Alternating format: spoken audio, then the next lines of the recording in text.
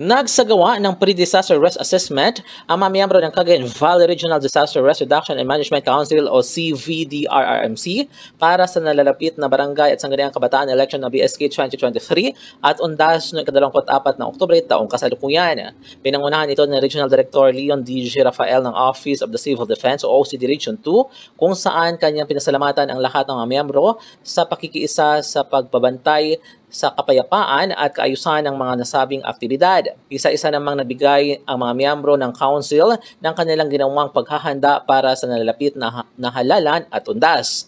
Sa hanay ng Task Force Include Cagayan o Quick Response Team o TFLC QRT at Cagayan Provincial DRRM ay nakahanda na ang mga rescue vehicle na gagamitin kung kinakailangan. Sinabi ni Bernadette Montenegro ng TFLC na nakastandby na ang lahat ng personnel ng 7 station ng TFLC sa probinsya para magbantay.